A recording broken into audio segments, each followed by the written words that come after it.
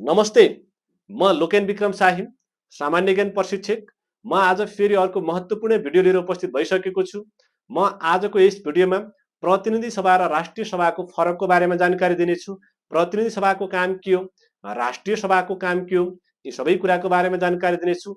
यति मात्र होइन, पछिल्लो समय सबैजनाले के भन्दै हुनुहुन्छ त, राष्ट्रिय सभा खारेज गर्नुपर्छ भन्नुहुन्छ। के राष्ट्रिय सभा खारेज गर्नुपर्छ त? यसको बारेमा पनि म तपाईहरुलाई आजको यस भिडियोमा जानकारी दिनेछु। हामीहरू सबैभन्दा पहिलो कुरा अलिकति केही बेसिक कुराहरूबाट जाम। सबैभन्दा पहिलो कुरा प्रतिनिधि सभालाई के भनिन्छ त? House of representative. हेर्नुस् है त, HOR भनिन्छ, house of representative. House of representative भनिन्छ। त्यस्तै गरी राष्ट्रिय सभालाई चाहिँ national assembly, national assembly, national assembly भनिन्छ। अब प्रतिनिधि सभा कस्तो खाल अब प्रकार है त? अब प्रकारको कुरा गर्ने हो भनेपछि यो तल्लो सदन हो, यो तल्लो सदन, यो माथिल्लो सदन हो, माथिल्लो सदन, माथिल्लो सदन। अब प्रकृतिको कुरा गर्ने हो भनेपछि कस्तो प्रकृतिको? प्रकृति भनेपछि यो अस्थायी हुन्छ, अस्थायी प्रकृतिको हुन्छ, अथवा अस्थायी सदन भने पनि भयो। यसलाई चाहिँ हामीले स्थायी सदन भन्छ, स्थायी सदन, पर्मानेन्ट हाउस हो यो चाहिँ, यो पर्मानेन्ट हाउस है। अनि त्यसपछि विघटन, विघटन, प्रतिनिधि सभा विघटन हुन सक्छ, हुन सक्छ है, हुन्छ पनि। त्यसपछि तपाईको राष्ट्रिय सभा विघटन हुन सक्दैन, हुन सक्दैन, हुन सक्दैन। त्यसपछि यसमा जान्न पर्ने कुरा के छ त अर्को भनेपछि सदस्य। प्रतिनिधि सभामा कतिजना सदस्य हुन्छन् भनेपछि 275 जना सदस्य हुन्छन्। अनि यसमा सदस्य कतिजना हुन्छन् त? 59 जना हुन्छन् भन्ने कुरा बुझ्न पर्यो। 59 जना हुन्छन्, 59 जना। त्यस्तै गरी कार्यकाल, कार्यकालको कुरा गर्ने हो भनेपछि प्रतिनिधि सभाको कार्यकाल कति वर्ष हुन्छ? 5 वर्ष हुन्छ। अनि राष्ट्रिय सभाका सदस्यको कार्यकाल कति वर्ष हुन्छ? कार्यकाल भनेपछि 6 वर्ष हुन्छ, 6 वर्ष हुन्छ है। अनि मिनिमम उमेर, तपाईको न्यूनतम उमेर, न्यूनतम उमेर भनेपछि प्रतिनिधि सभाको सदस्य हुनको लागि 25 वर्ष पुगेको हुन पर्छ है। त्यसपछि यतापट्टि राष्ट्रिय सभाको सदस्य हुनका लागि 35 वर्ष पुगेको हुन पर्दछ, राष्ट्रिय सभाको सदस्य हुन। त्यसपछि यसमा प्रतिनिधि सभामा के हुन्छ? तपाईको सरकार गठन हुन्छ, सरकार गठन, सरकार गठन हुन्छ, सरकार गठन हुन्छ। यसमा सरकार गठन हुँदैन, सरकार गठन हुँदैन, सरकार गठन हुँदैन है। अब तपाईको सबै विधेयक, सबै विधेयक उत्पत्ति हुन सक्छन्, उत्पत्ति हुन सक्छन्। यसमा तपाईको सबै विधेयक उत्पत्ति हुन सक्दैन, उत्पत्ति हुन सक्दैनन्। किन भन्दाखेरि अर्थ विधेयक के भनेको छ? अर्थ विधेयक प्रतिनिधि सभामा मात्र तपाईको के गर्न पाइन्छ? पेश गर्न पाइन्छ भनेको छ। त्यस्तै गरी यसमा जनताको प्रत्यक्ष नेतृत्व हुन्छ, जनताको प्रत्यक्ष नेतृत्व, प्रत्यक्ष नेतृत्व हुन्छ, नेतृत्व। त्यसपछि यसमा जनताको प्रत्यक्ष नेतृत्व हुँदैन, प्रत्यक्ष नेतृत्व हुँदैन है, नेतृत्व हुँदैन। त्यस्तै गरी तपाईको प्रतिनिधि सभाको सदस्यलाई कसले मतदान गर्छन्? मतदान कसले गर्छन् भनेपछि जनताले मतदान गर्छन्, जनताले प्रत्यक्ष रूपमा मतदान गर्छन्। त्यस्तै गरी अब राष्ट्रिय सभामा चाहिँ कोले मतदान गर्छन्? हेर्नुस् त, राष्ट्रिय सभामा मतदान भनेपछि सबैभन्दा पहिले स्थानीय तहतिर जाने। स्थानीय तहमा तपाईको गाउँपालिका, गाउँपालिका है। त्यसपछि गएर तपाईको नगरपालिका हुन्छ, नगरपालिका। हेर्नुस् त, नगरपालिका है। अनि कोले भनेपछि गाउँपालिका छन् भने गाउँपालिकाको अध्यक्षले अनि उपाध्यक्षले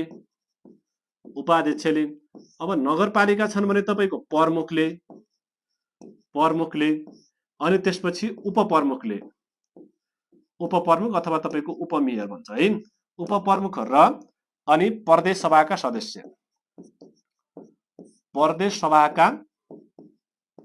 सदस्यले भनेको छ। सदस्यको पनि के त मतभार फरक हुने गरी अहिले तपाईहरुले बुझाउनलाई के हो मतभार फरक भन्ने कुरा चाहिँ है। यसरी तपाईको राष्ट्रिय सभाका सदस्यलाई कोले भनेपछि गाउँपालिकाका अध्यक्ष उपाध्यक्षले, नगरपालिकाका प्रमुख र उपप्रमुखले के गर्छन् त मतदान गर्छन्। त्यस्तै गरी प्रदेश सभाका सदस्यले पनि मतदान गर्छन्। यिनीहरूको मतभार के हुन्छ फरक हुन्छ। अहिले यो मतभार कसरी फरक हुन्छ म त्यो पनि तपाईहरुले निकालेर देखाउँछु है त। ठीक छ। अब त्यस्तै गरी अब यसमा विशेष गरी जनताको प्रतिनिधित्व हुन्छ। यसमा कसको प्रतिनिधित्व हुन्छ भनेपछि मैले भनिहालेँ, यसमा जनताको प्रत्यक्ष नेतृत्व हुँदैन। त्यस्तै गरी विशेष गरी यो राष्ट्रिय सभाले तपाईको प्रदेशहरूको प्रतिनिधित्व गर्छ है। त्यही भएर चाहिँ प्रत्येक प्रदेशबाट चाहिँ यति जना आउने व्यवस्था छ भन्ने छ। अब म त्यसको बारेमा पनि म तपाईहरुलाई अहिले जानकारी दिम्ला। यो 275 जना कसरी, यो 59 जना कसरी भन्ने कुरा त्यसको बारेमा पनि तपाईहरुलाई म छलफल गर्छु। अनि हामीले राष्ट्रिय सभालाई के भन्छौं? विज्ञहरूको सभा भन्छौं। यसलाई चाहिँ हामीले सन्तुलित सभा पनि भन्छौं है। तपाईको किन सन्तुलित भने भन्दाखेरि सबै प्रदेशबाट के हुन्छ नेतृत्व हुन्छ। त्यस्तै गरी यो समानुपातिक सभा पनि हो। किन भन्दाखेरि यसमा महिला हुन्छन्, तपाईको दलित हुन्छन्, त्यसपछि गएर तपाईको अपाङ्ग, अल्पसंख्यक है। त्यसरी तपाईको चाहिँ यसलाई चाहिँ हामी के पनि भन्छौं? समावेशी सभा पनि भनेर हामीले बुझ्दछौं भन्ने कुरा बुझ्न पर्यो है त। अनि त्यसपछि गएर अब यसको चाहिँ मुख्य निर्णय गर्ने सदन भन्नुस्। यसलाई चाहिँ मुख्य निर्णय गर्ने सदन है। तपाईको प्रतिनिधि सभामा के हुन्छ त मुख्य निर्णय हुन्छ। अब यसले चाहिँ के गर्छ भन्दाखेरि सुधार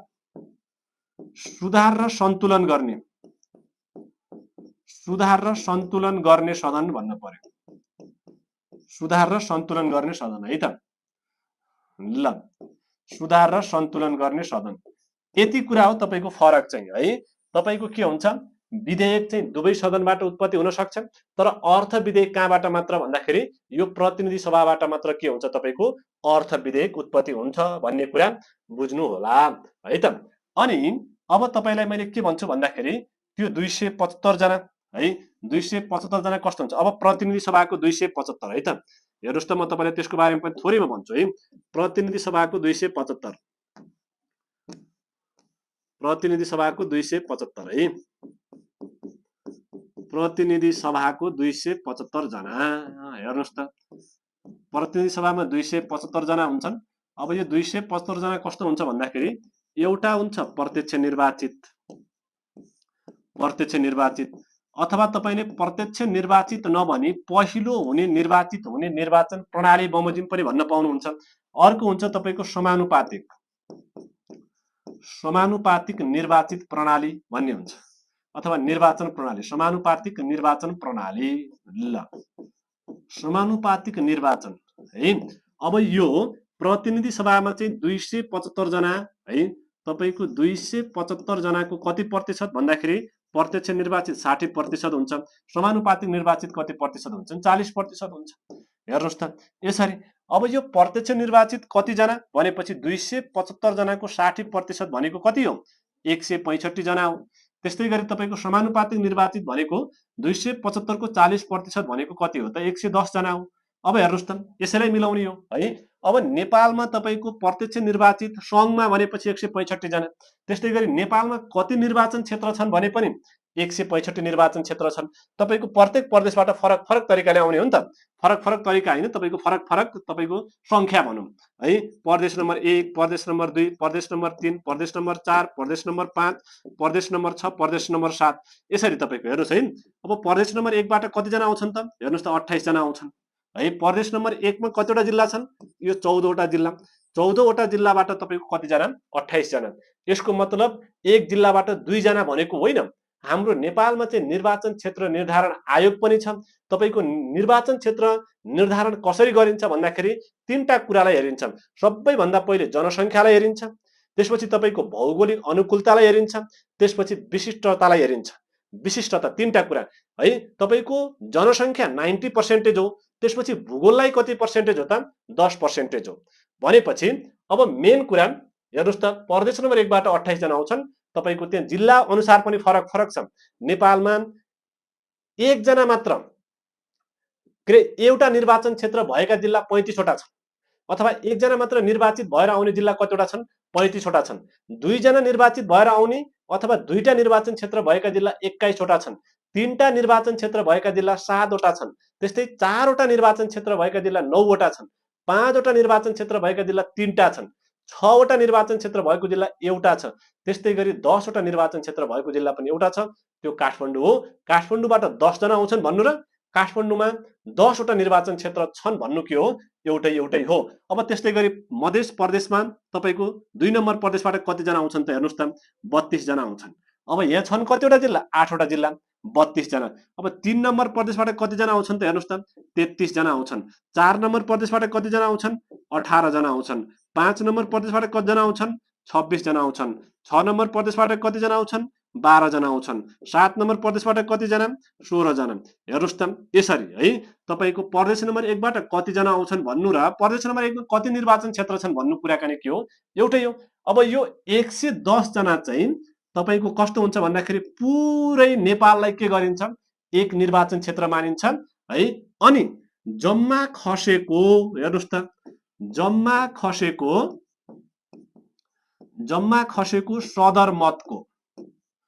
सदर मदर भन्ने हुन्छ नि है, के रे सदर अनि बदर। हेर्नुस् त जम्मा खसेको सदर मतको कति प्रतिशत 3%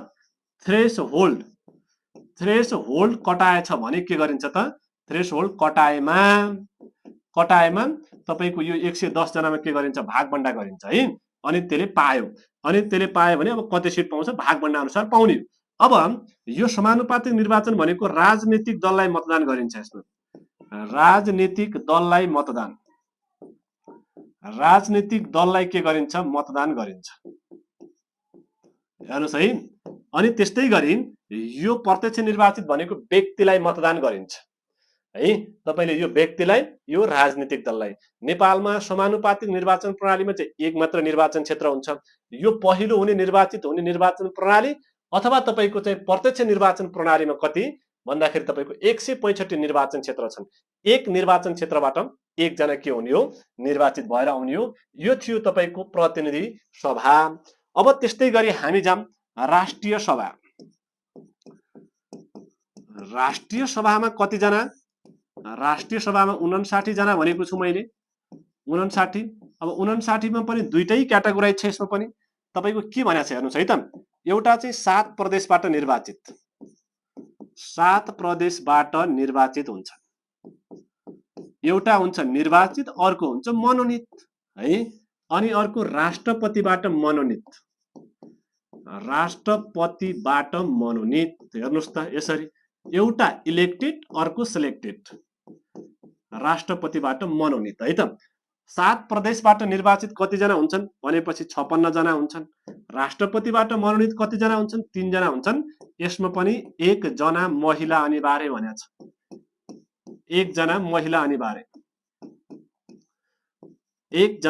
अनिवार्य भनेको छ। हेर्नुस् है त। अनि त्यस्तै गरी तपाईको यो 56 जनामा नेपालमा कतिवटा प्रदेश छन् भनेपछि नेपालमा 7 वटा प्रदेश छन्। 7 वटा प्रदेशबाट है एक प्रदेशबाट 8 जनाका दरले 8 7 कति जना आउँछन् त 56 जना आउँछन्। अब हेर्नुस् है त। अब यो 8 जनालाई पनि कसरी व्यवस्थित गरेछ भन्दाखेरि अब सबैभन्दा पहिले महिला भनेको छ। यो 8 जनामा चाहिँ कति जना महिला अनिवार्य हुन पर्यो 3 जना महिला अनिवार्य। त्यसपछि तपाईको दलित भनेको छ। दलित कति जना हुन पर्यो 1 जना अनिवार्य भनेको छ। त्यस्तै गरी तपाईको अपाङ्ग भनेको छ। अपाङ्ग वा अल्पसंख्यक भनेको छ। अपाङ्ग वा अल्पसंख्यक कति जना त तपाईको 1 जना। हेर्नुस् त यसरी 5 जना चाहिँ तपाईको समावेशी रूपमा, अरु 3 जना चाहिँ तपाईको के हुन्छन् त प्रत्यक्ष हुन्छन्, जो पनि हुन सक्छ तर निर्वाचित भएर आउनु पर्यो। मैले भनिसकेको छु तपाईको राष्ट्रिय सभाका सदस्यलाई कसले मतदान गर्छन् तपाईको गाउँपालिकाका अध्यक्ष उपाध्यक्ष, नगरपालिकाका प्रमुख उपप्रमुख र प्रदेश सभाका सदस्यको मतभार फरक हुने गरी के गरिन्छ यसमा मतदान गरिन्छ। अब धेरैजनाले मलाई सोधेको सर यो अल्पसंख्यक भनेको के हो है? अल्पसंख्यक भनेको तपाईको माइनोरिटी हो अथवा तपाईको निर्धारित प्रतिशत भन्दा कम जनसंख्या भएको जातिलाई के भनिन्छ? अल्पसंख्यक भनिन्छ। निर्धारित प्रतिशत भने कति हो त? 0.5% भन्दा कम जनसंख्या भएको। हेर्नुस् त, भन्दा कम जनसंख्या भएको, भन्दा कम जनसंख्या भएको जाति है, भन्दा कम जनसंख्या भएको जातिलाई के भनिन्छ त? अल्पसंख्यक। भन्दा कति? 0.5 अथवा 0.5 भन्दा कम जनसंख्या भएको जातिलाई अल्पसंख्यक भनिन्छ। अब नेपालमा हाल कति अल्पसंख्यक जाति छन् भनेपछि 115 वटा के छन्? अल्पसंख्यक जाति छन् भन्ने कुरा बुझ्नु पर्यो। अब म तपाईलाई चाहिँ मतभार निकाल्न सिकाउँछु। हेर्नुस् त, अब मतभार कसरी निकालिन्छ भनेपछि 1 नम्बरमा तपाईलाई मैले प्रदेशको निकाल्छु है त, प्रदेशको। अब प्रदेशमा चाहिँ जम्मा सांसद कति जना छन्? 550 जना छन्। 550 मा तपाईको 1 जना बराबर कति हुन्छ त? अब है 1 जना बराबर कति भार पर्छ त भन्ने कुरा निकालौं है त। यसको लागि तपाईको सबैभन्दा पहिलो कुरा नेपालको जनसंख्या थाहा हुनुपर्छ। नेपालको हालको जनसंख्या 291 है, तपाईको चाहिँ 291 64 578 छ नेपालको जम्मा जनसंख्या। अब जम्मा जनसंख्यालाई चाहिँ तपाईको प्रदेश सभामा भएका जम्मा सदस्य कति छन्? 550 जना छन्। इन्टु तपाईको यो हामीले निकाल्दाखेरि केमा निकाल्ने हो भन्दाखेरि पर 1000 मा निकाल्ने हो। त्यही भएर तपाईको इन्टु के गर्न पर्छ? 1000 गर्न पर्छ। हेर्नुस् त, तपाईको यति क्याल्कुलेसन गरिसकेपछि समथिङ कति आउँछ त? यो 53 दशमलव समथिङ आउला। यो भनेको तपाईको कति हो त? 550 इन्टु 53 जस्तै हो। यो मतभार यसरी निकालेको हो। हेर्नुस् है। अनि त्यसपछि गएर स्थानीय तहको भनेपछि 2 नम्बरमा स्थानीय तह। स्थानीय तह नेपालमा कतिवटा स्थानीय तह छन्? 753। 753 स्थानीय तह इन्टु 2 गर्नुस् त कति हुन्छ? 3 दुना 6 भयो हो, 5 दुना 10 को 0 1, 7 दुना 14 1 15, 1506 जना। अब हेर्नुस् त यिनीहरुको मतभार कति हुन्छ है त? 1506। अब भनेपछि यसमा पनि तपाईले सबैभन्दा पहिले के गर्नु पर्यो त? जनसंख्या थाहा हुन पर्छ। भनेपछि 291 64 578 यही त हो नि हैन? अब भनेपछि स्थानीय तहमा जम्मा कति छन् भनेपछि तपाईको 1506 जना। 1506 इन्टु यसमा पनि पर 1000 मै निकाल्ने हो अथवा पर 1000 मै हैन, प्रति 1000 मा निकाल्ने हो। भनेपछि यो गर्दाखेरि तपाईको 19 दशमलव समथिङ हुन्छ। यसमा पनि के गर्नु पर्यो? 1506 इन्टु कति गर्नु पर्यो त? 19 गर्नु पर्यो। यसरी तपाईको मतभार निकालेर के गरिन्छ त? तपाईको राष्ट्रिय सभाको सदस्यलाई चाहिँ मतदान गर्ने व्यवस्था रहेको छ भन्ने कुरा हामीले बुझ्न पर्छ। त्यही भएर तपाईको राष्ट्रिय सभालाई चाहिँ हामीले के गर्न हुँदैन? अन्त्य गर्न हुँदैन। राष्ट्रिय सभालाई बरुले हामी के गर्न पर्यो? नियमन गर्न सक्नु पर्यो अथवा तपाईले राष्ट्रिय सभालाई हामीले के गर्न पर्यो? व्यवस्थित गर्न पर्यो। यसलाई हटाउने कुरा चाहिँ गर्न हुँदैन। किन भन्दाखेरि संसदीय शासन प्रणालीमा चाहिँ तपाईको 2 सदनात्मक व्यवस्थापिका भनेको शोभनीय कुरा हो, शोभाको कुरा हो। त्यही भएर एउटालाई कमान्डिङ गर्न पर्यो, के कन्ट्रोल गर्न पर्यो, अर्कोले अर्कोलाई के गर्न पर्छ? कन्ट्रोल गर्न पर्छ भन्ने कुरा बुझ्न पर्यो। यतिकै पनि विज्ञहरूको सभा हो। तर कारणवश के भयो भन्दाखेरि हाम्रो नेपालको राष्ट्रिय सभामा चाहिँ तपाईको चाहिँ आसेपासेको सभा भयो, आफन्तहरूको सभा भयो, राजनीति के भयो? हालिमुहाली भयो। तपाईको प्रतिनिधि सभामा जाने हार्ने अनि त्यसपछि गएर राष्ट्रिय सभामा फेरि त्यही व्यक्ति चाहिँ के भएर जितेर चाहिँ राष्ट्रिय सभामा आउने खालका कुराहरू रहेका छन्। तपाईले देखिसक्नु भएको छ हैन? राष्ट्रिय सभाको व्यवस्था पनि फरक हुन्छ। तपाईको प्रतिनिधि सभामा चाहिँ सभामुख उपसभामुख हुन्छ अध्यक्ष चाहिँ। त्यस्तै गरी राष्ट्रिय सभामा चाहिँ अध्यक्ष उपाध्यक्ष नै हुन्छन्। राष्ट्रिय सभाको अध्यक्ष के छन्? पुरुष छ भने उपाध्यक्ष अनिवार्य महिला हुन पर्छ। त्यस्तै गरी तपाईको अध्यक्ष र उपाध्यक्ष मध्ये एउटा पदमा चाहिँ महिला अनिवार्य रूपमा हुनुपर्ने व्यवस्था छ। त्यस्तै गरी तपाईको प्रतिनिधि सभामा पनि त्यही हो। सभामुख र उपसभामुख के हुनुपर्ने? फरक दलको हुनुपर्ने भनेको छ। त्यस्तै गरी तपाईको प्रतिनिधि सभाको सभामुख महिला, उपसभामुख पुरुष अथवा तपाईको सभामुख पुरुष भएमा उपसभामुख महिला हुनुपर्ने व्यवस्था छ है। यस्तै गरी प्रतिनिधि सभाको पहिलो बैठक प्रारम्भ भएको 15 दिन भित्र प्रतिनिधि सभाको सभामुख र उपसभामुखको निर्वाचन गरिसक्नु पर्ने छ भनेको छ। त्यस्तै गरी राष्ट्रिय सभामा पनि त्यही हो। राष्ट्रिय सभाको पहिलो बैठक प्रारम्भ भएको 15 दिन भित्र अध्यक्ष र उपाध्यक्षको के गर्नुपर्ने छ? निर्वाचन गरिसक्नु पर्ने छ भनेको छ। हेर्नुस् है, यस्तो खालको हाम्रो संवैधानिक व्यवस्था छ। यसलाई चाहिँ पूर्ण रूपमा चाहिँ हटाउन हुँदैन। यसलाई चाहिँ के गर्नुपर्छ, नियमन गर्नुपर्छ, यसलाई व्यवस्थापन गर्नुपर्छ, व्यवस्थित गर्नुपर्छ भन्ने कुरा चाहिँ हामीले बुझ्न पर्दछ। मैले आजको लागि यति कुरा राखेँ। हस्, धन्यवाद।